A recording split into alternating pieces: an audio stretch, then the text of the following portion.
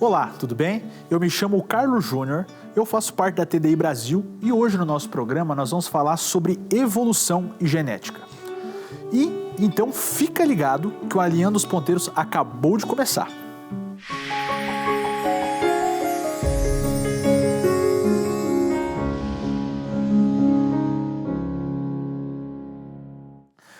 Olá pessoal, mais uma vez. Gente, hoje o assunto é muito importante. Nós vamos falar sobre Mendel, o pai da genética.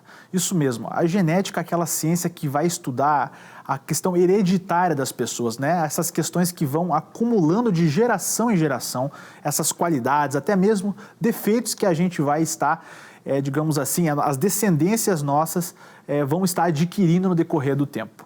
E o nosso querido Mendel, ele foi um grande cientista e ele descobriu isso através das suas pesquisas, né? Ele até mesmo usou ervilhas para fazer essa análise e também outros tipos de componentes. O que é muito interessante, porque Mendel, em suas descobertas, ele vai totalmente de encontro, né? Confrontando a teoria da evolução. Porque o que acontece? No tempo de Charles Darwin, não se havia uma compreensão do que era genética. Só para vocês terem noção, por exemplo, Darwin, eles imaginavam no tempo dele que a célula era como se fosse uma gelatina, um muco, sabe? Sem função nenhuma no corpo humano. Então, a ideia de genética no tempo de Darwin era algo que ninguém fazia a mínima ideia.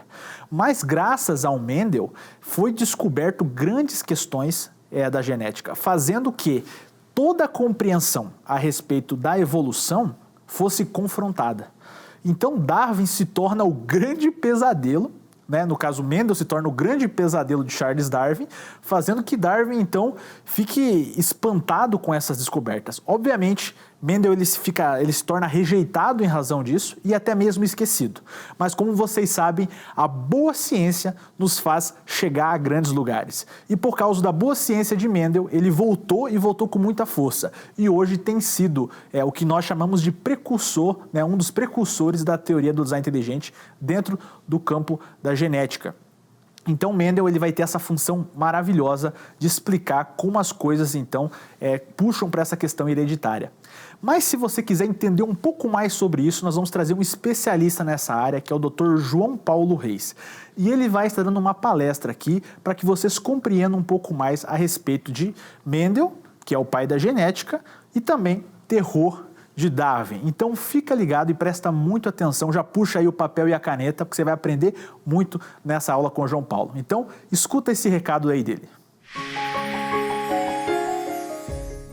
Bom, Mendel nasceu em 20 de julho de 1822. No ano passado fez 200 anos do nascimento dele e morreu em 6 de janeiro de 1884. Era biólogo, matemático, professor, pesquisador de botânica e astrônomo e meteorologista. Na verdade, Mendel tem 7 artigos de astronomia e 2 de genética. Mas o primeiro artigo de genética dele já é considerado uma obra-prima da ciência, justamente porque ele descobre as 3 leis e revela as leis da hereditariedade. Bom, ele começou as pesquisas dele em 1957, até antes de Darwin lançar o Origem das Espécies em 1859. Em 1863, Darwin começou pesquisando, na verdade, abelhas. Ele saiu fazendo cruzamentos de abelhas e criou até uma espécie de abelha que fazia um mel maravilhoso. Só que ela era tão violenta que tiveram que exterminar as abelhas. Elas não deixavam ninguém chegar perto. E aí depois ele muda as experiências dele para ervilhas. E aí, quando ele começa a tratar com ervilhas, é que ele começa a descobrir como funciona realmente a hereditariedade. Ele começa as pesquisas deles em 1863. Ele trabalha com mais de 6.000 mudas de planta, que ele mesmo vai lá e inocula. Ele mesmo trabalha cada uma delas. Ele tinha assistentes, mas ele mesmo é que faz o processo em cada uma delas. E, em 1865, ele completa essa pesquisa e publica o artigo dele na Sociedade de Ciência de Brum. E aí descobre que a hereditariedade, ela funciona através dos mecanismos de caracteres dominantes e recessivos. E aí, por esse trabalho, por revelar como funciona a hereditariedade, Mendel ficou conhecido como pai da genética. Então, qual é a proposta desse estudo? É que eu proponho que Mendel é o primeiro teórico do design inteligente. Por quê? Porque ele vai enfrentar duas coisas que os teóricos do design inteligente passaram a enfrentar depois de Darwin, que é não só ele refuta a teoria de Darwin, como ele vai enfrentar um sistema de controle de discurso que não permite que se contradigam Darwin, ou o darwinismo de uma forma geral. Então, em primeiro lugar, eu quero explicar por que é que Mendel se opôs a Darwin. É para lá, né? Opa. Falta um. Alguns evolucionistas costumam dizer, quando eles vão pesquisar a respeito de Mendel, eles descobrem rapidamente que Mendel não concordou com Darwin. Aí a saída que eles tentam dizer é que Mendel não falou de evolução. E Mendel falou de evolução. O artigo dele, na verdade, trata de evolução o tempo todo. A palavra que ele usa, inclusive, ela é traduzida como, uma das palavras que ele usa no artigo, ela é traduzida como evolução ou processo evolutivo. Né? Ele conhecia a origem das espécies de Darwin, tanto que ele tinha um dos exemplares no Mosteiro de Brum, foi encontrado, que é o exemplar de Mendel, com anotações, inclusive. E a versão depois difundida, e que vocês encontram com mais facilidade, é que Mendel justamente vai concordar com Darwin, que Mendel teria apoiado a teoria da evolução. Eu vou mostrar para vocês por que é que depois, apesar de Mendel ter rejeitado Darwin, ele depois é encaixado dentro da teoria de Darwin.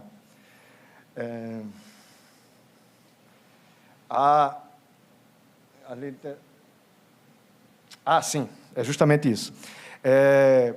Houve uma época, a teoria de Darwin foi lançada em 1859. Cerca de 30, 40 anos depois, ela estava entrando no que a ciência começou a chamar de eclipse darwiniano. Quando as pessoas começaram a desacreditar da teoria de Darwin, porque elas pesquisavam, e não viam nenhum mecanismo que pudesse fazer a evolução que Darwin propunha. Aí é quando Mendel vai ser resgatado. E, ao ser resgatado, eles dizem que Mendel concordou com Darwin. Mas eu vou mostrar para vocês como aconteceu essa modificação na conclusão de Mendel. Primeiro, eu quero mostrar o que ele escreveu. Né? Ele diz assim, o que é que Mendel encontra? Quando ele vai variando as ervilhas, ele diz, olha, adaptações existem, mas quando eu vou fazendo os cruzamentos, quando foram feitos os cruzamentos, as experiências em 2 anos, tudo que você vê são adaptações com um determinado limite. Existe um limite adaptativo para cada genoma. E ele percebe isso justamente nas ervilhas. Né? Ele vai dizer ali, aqui como ali, mudanças do tipo devem ocorrer, se as condições de vida forem alteradas, e as espécies possuírem a capacidade de ajustar-se ao seu novo ambiente. Mas nada justifica o pressuposto de que a tendência para a formação de variedades é tão extraordinariamente aumentada que as espécies rapidamente possam perder toda a estabilidade e os seus descendentes divergirem em uma série interminável de formas extremamente variáveis. Ele está dizendo aí com toda clareza que não existe essa coisa ilimitada da qual a evolução precisa. A evolução precisa que isso aconteça de forma ilimitada para que uma família genética se transforme em outra família genética. E o que Mendel está vendo nas experiências dele é justamente que isso não acontece. Uma coisa que é preciso explicar era o paradigma que existia antes do evolucionismo. Então, o paradigma que existia antes do evolucionismo era chamado de paradigma da fixação das espécies. O que é isso? É justamente o que eu estava explicando, de que as pessoas percebem que as espécies, elas têm, as famílias genéticas, elas têm vários tipos ou espécies diferentes. Na verdade, você tem a família genética, gênero e espécie. Então, a partir de baixo da família genética, gênero e espécie podem modificar em vários. Por exemplo, milho, você tem mais de 80 tipos de milho. Sálvia, você tem mais de 100 tipos de sálvia. Isso são variabilidades do mesmo genoma. Né? Então, no caso, por exemplo, dos cães, né?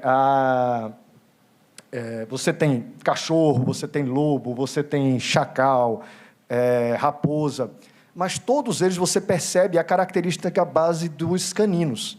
E isso é o que Mendel percebeu. Né? Como eu falei para vocês, desde Carl Linneu, você tem a percepção de que as famílias genéticas têm variedades, tem espécies diferentes dentro da mesma família. Só que eles viam que existia um limite para isso, né? E Mendel, com as experiências dele, ele comprova isso, de que há um limite para essa variabilidade, né? Os gatos, por exemplo, a família dos felinos, né? Você tem desde gatos domésticos até leões, leopardos, a mesma coisa dos caninos, só que em todos eles você reconhece características de um felino. Qualquer pessoa aqui que vê um felino sabe identificar um felino. Por quê? Porque as características deles não mudam tanto a ponto da gente não saber identificar o que é um felino. Então, a gente reconhece muito facilmente a família genética de um felino. Porém, o paradigma da fixação vai dizer que não é possível surgir nenhum clado novo. Ou seja, não é possível surgir informação genética nova. É esse limite que Mendel viu. Entendeu? Então, por exemplo, a herança biológica é do ancestral, ou seja, do primeiro ancestral familiar. Como a gente vê, por exemplo, no exemplo da Eva mitocondrial. Todos nós, seres humanos, somos filhos de uma única mulher. Isso é provado, isso é paradigma científico. É a Eva mitocondrial. E todos nós, seres humanos, somos filhos de um único homem, que é o Adão cromossomo Y, que a ciência encontrou. Então, assim também é com todas as espécies que vocês imaginarem. Sempre que eles fazem a regressão genética em qualquer animal que seja num gato, num cavalo, num boi, eles encontram um só casal lá no começo. Isso é com todas as espécies, não só com os seres humanos. E foi isso que Mendel percebeu também, né? Ele vai dizer, por exemplo, no caso dos felinos, eles nunca perderão as características anatômicas, funcionais e orgânicas, morfológicas, no caso, e a fixação é justamente o limite dessa variabilidade. Isso hoje, pela genética, é conhecido como acervo genético, ou pool genético, ou fundo genético, depende de como as pessoas chamam, né? Tem essas 3 formas de chamar, que é o limite que você tem da quantidade de cruzamentos que é possível e de características que é possível surgir a partir desses cruzamentos. No caso dos felinos, por exemplo, a gente nunca vai ver um felino com escama, nunca vai ver ele com pena e nunca vai ver ele botando ovo. Isso não acontece e nunca vai acontecer. Não importa a quantidade de mutações que aconteçam, isso nunca vai acontecer. É o limite genético que Mendel encontrou, né? E ele deixa muito claro que ele concorda com essa fixação, com esse paradigma da fixação das espécies, no último parágrafo do artigo dele. Antes de ler, eu quero explicar para vocês quem foi Carl van Gartner. Carl van Gartner era um opositor de Darwin. Ele fez experiências também e se opôs a Darwin nessa crença que estava se espalhando. A crença não vem de Darwin, de que existe evolução. O avô de Darwin, o Erasmus Darwin, já falava da possibilidade de evolução. Então, Mendel, esse Carl van Gartner, ele fez experiências e disse, olha, essa coisa de que as espécies vão se transformando uma na outra não é possível, né? E aí Mendel faz as experiências dele, comprova através deles, descobre as 3 leis da hereditariedade, ou seja, a lei da dominância, que é essa lei de recessivo e dominante, a lei do cruzamento e a lei do cruzamento independente, né? E aí ele vai concluir o seguinte no artigo dele. Desde que o experimento foi considerado como concluído, nenhuma das descendências das ervilhas mudou para além de se parecer exatamente com a forma do pólen dos pais, como também permanece constante na sua descendência. Gartner, que eu falei para vocês que era um opositor de Darwin, pelos resultados desses experimentos de transformação, foi levado a opor-se à opinião dos naturalistas que contestam a estabilidade das espécies vegetais e acredita em uma evolução contínua. Ele identifica na diferenciação completa de uma espécie para outra a prova indubitável de que as espécies são fixas. A prova indubitável de que as espécies são fixas, com limites para além dos quais elas não podem se modificar. Isso é a conclusão do artigo de Mendel, que é o artigo que revela como funciona a hereditariedade. Né? Então, parece muito claro o que ele está dizendo, não é? Esse geneticista, por exemplo, o bioquímico, o Levan Alan Callender, ele escreve um artigo chamado Gregor Mendel, um oponente da descendência com modificação. E ele vai concluir 2 coisas. A primeira é que as leis de Mendel surgiram como uma forma sofisticada de doutrina da criação especial. E o segundo é que o artigo de Mendel estava em conflito aberto com a concepção darwinista de evolução. Outra bioquímica, isso já em 1996, ela publica esse outro artigo também, que é a doutora Brooke Bishop. Ela fala que Mendel se opunha à teoria darwiniana porque Darwin defendia a descendência com modificação por meio da seleção natural, enquanto Mendel foi a favor da doutrina ortodoxa da criação especial. Criação especial no século XIX era como a gente chamava criacionismo. Ou seja, literalmente, o paradigma era o criacionismo, antes de Darwin. E o que Mendel vai dizer é que é o criacionismo que está certo. É a fixação. Porque se as espécies são fixas e elas não se modificam com a outra, a conclusão lógica é que cada uma delas foi criada separadamente. Ou seja, cada família genética, cada genoma de cada família foi criado separadamente. E se variou, se diversificou. No caso dos felinos, se diversificou desde gatos até leões, a leopardos. No caso dos caninos, a mesma coisa. E o dos seres humanos é que tem a menor variabilidade, para falar a verdade. Assim. O dos seres humanos é um dos que tem a capacidade menor de variabilidade. E, mesmo assim, nós somos bastante diferentes uns dos outros. Até certo ponto, né? Agora, como é que Mendel acabou concordando com Darwin, historicamente falando? Como é que as pessoas passaram a dizer que Mendel concordou com Darwin?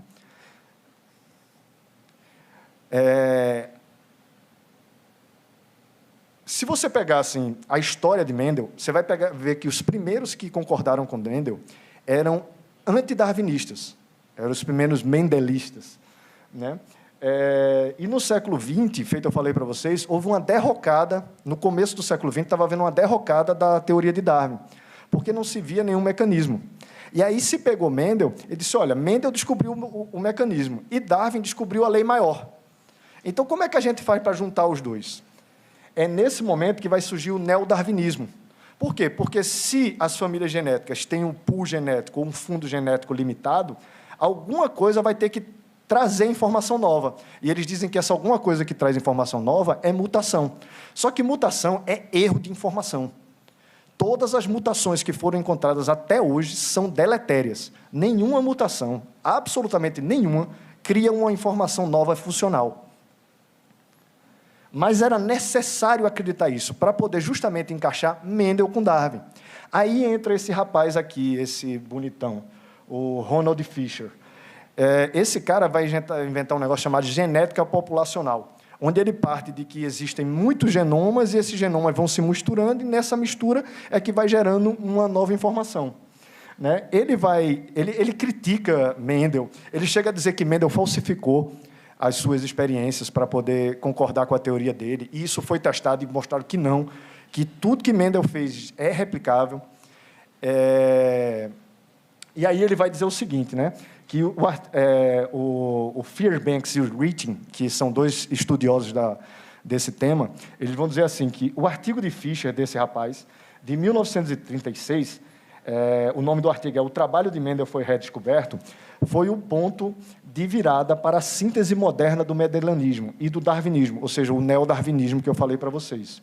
Em meados da década de 1960, quando um grande número de artigos foi publicado no centenário do artigo de Mendel, a maioria dos autores via Mendel como defensor do darwinismo. A verdade é que eles não liam o artigo. Eles simplesmente não liam o artigo. Eles pegavam comentaristas de outros que comentaram sobre Mendel e concluíam o que eles concluíam. Se eles tivessem simplesmente ido no artigo de Mendel, eles tinham visto que Mendel tinha discordado de Darwin. Mas como eles queriam acreditar que Mendel concordava com Darwin, então eles preferiam pegar os comentaristas. E um deles principal foi esse Fisher. Né? Agora, qual é a questão? Por que é que Mendel, então, foi rejeitado? Se Mendel estava falando uma coisa e Darwin estava falando outra, por que é que rejeitaram Mendel? Né? Tanto é que ele só vai ser redescoberto 35 anos depois de lançar o seu artigo, e só vai ser aceito mesmo a teoria dele mais de 50 anos depois que encontraram um jeito de unir uma com a outra, de dizer que Darwin estava certo, mesmo Mendel estando certo. Né? Aí as respostas frequentes que tem para Mendel ter sido rejeitado são quais? A primeira é de que ele era um cientista amador. E a segunda é de que ele publicou em alemão numa sociedade científica inexpressiva. Né? O Mendel era um professor respeitado, era um homem assim, extremamente capacitado, um matemático, né? Astrônomo, entendia de botânica como poucos naquela época. Foi eleito abade várias vezes do convento. Ele era membro de 8 sociedades científicas na época. Ele tinha um grande prestígio entre os colegas, né? E os historiadores Raquel Leite e Nadir Ferrari falam o seguinte: a figura de um monge trabalhando no jardim de seu mosteiro pode contribuir para a construção de uma imagem de pesquisador amador. Ideia que é rechaçada por Darwin, que é outro pesquisador. Aí ela diz assim, o trabalho de Mendel, eles dizem, né? O trabalho de Mendel é considerado um exemplo clássico da literatura científica. Esse compêndio de William Folk era o mais conhecido na época. Ele foi, inclusive, encontrado na biblioteca de Darwin. Darwin consultava esse compêndio. E, nesse compêndio, Mendel é citado 18 vezes. E o autor desse compêndio diz que ele é um dos observadores mais confiáveis que tem para os resultados que ele chega. Outra coisa, Mendel ele viveu no auge do Império Austro-Húngaro. Naquela época, era um dos lugares mais avançados do mundo. Né? Brunn já era uma das principais ambientes científicos da Europa, até hoje é. Até hoje é uma cidade, Brunn é uma cidade de estudantes, de universidades. Né? Mendel se correspondia e enviou os resultados das pesquisas deles para os maiores biólogos da Europa, inclusive Darwin. Né? Foi encontrado um memorando de Mendel com um artigo dele fechado, lacrado, na biblioteca de Darwin. Darwin não abriu. Provavelmente sabia que estava contrariando ele. E, para vocês verem como ele era conhecido, como o trabalho dele foi conhecido, ele foi redescoberto ao mesmo tempo por 3 pesquisadores diferentes. Ou seja, se ele fosse um trabalho obscuro, que tivesse numa universidade ou num local qualquer, não ia ser 3 pesquisadores de locais diferentes que iam redescobrir ele ao mesmo tempo. Segundo a Raquel Leite, né, e o Nadir Ferrari, esta sociedade, a Sociedade de Ciências Naturais de Brunn, ela enviava suas publicações a mais de uma centena de bibliotecas e instituições, como a Royal Society, que era a principal sociedade científica do mundo, a Royal Society, e a segunda principal era essa Linnaeus Society. Portanto, alegar que a obra de Mendel foi publicada em uma revista desconhecida não procede e não explica por que sua obra foi ignorada pelos cientistas da época. Então, por que raios Mendel foi ignorado? Né? Tem um professor, o botânico Erich von Schmecker, só Jesus sabe como diz isso, ele diz assim, o de baixo é pior ainda, cara, tem um sueco aí, mas enfim, o trabalho de Mendel era bem conhecido, mas devido a outras visões prevalecentes na época, foi deixado de lado. Então, qual foi essa visão prevalecente que fez o trabalho de Mendel ser deixado de lado? Tem esse historiador, esse professor sueco, que é o Åke Gustafsson, ele é biógrafo de Mendel. Né? Aí ele traz o relato que eu achei muito interessante. Ele diz assim, o professor Alexander Mokoski, um dos principais membros da sociedade, a sociedade que Mendel fazia parte, referiu-se com entusiasmo à teoria de Darwin sobre a origem das espécies. De acordo com as informações ditas por Molowski, um dos associados lhe disse que a apresentação de Mendel teria sido até mesmo recebida com risadas desdenhosas. Para falar a verdade, o que Mendel explicou estava até acima da capacidade de muitos deles de entenderem. Essa coisa de matemática na biologia era um negócio absolutamente novo. E Mendel descobre um padrão matemático dentro da biologia, que são as leis da hereditariedade. Né? Então, o que é que a gente pode concluir? É que, primeiro, Mendel foi propositalmente ignorado, em função da outra teoria que se queria acreditar. O evolucionismo ele ganhou todo esse espaço, mesmo sem apresentar provas. Se vocês forem no livro A Origem das Espécies de Darwin, no final, ele mesmo diz que não tem prova do que ele está dizendo. Não tem prova nenhuma do que ele está dizendo. E aí ele vai dizer assim, aí o que é que acontece? a teoria de Darwin ela se espalhou tão rápido que apenas na 6ª edição, ou seja, 6 anos depois de ele lançar A Origem das Espécies em 1859, já em 1866, ele diz o seguinte: ele vai pedir desculpa a um grupo de naturalistas que ele chamou de criacionistas. Porque, na verdade, a grande maioria dos naturalistas daquela época era mesmo criacionista. Eles sabiam do paradigma da fixação das espécies e acreditavam nele. Né? Então, ele vai dizer assim: utilizei nos parágrafos precedentes e noutras situações muitas expressões que implicam que os naturalistas acreditam nos atos de criação independente de cada espécie. E fui muito censurado por me ter expressado nesses termos. Mas não haja dúvidas, essa era a crença geral quando da publicação da primeira edição dessa obra. Para vocês verem como mexeu. Aí, logo em seguida, ele diz assim: agora tudo mudou. E quase todos os naturalistas admitem o grande princípio da evolução.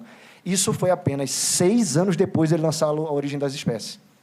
Então, essa coisa para e passo, de que teve muitas experiências, de as pessoas foram observando que a evolução estava certa, não aconteceu. O que aconteceu foi uma tendência de que as pessoas estavam querendo acreditar naquilo e acreditaram mesmo sem provas.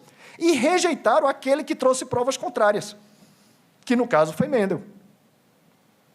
E o próprio Mendel chega a citar em 1870 o espírito do ensinamento darwiniano, que já tinha tomado conta de todo mundo. E ele contrariando isso, né?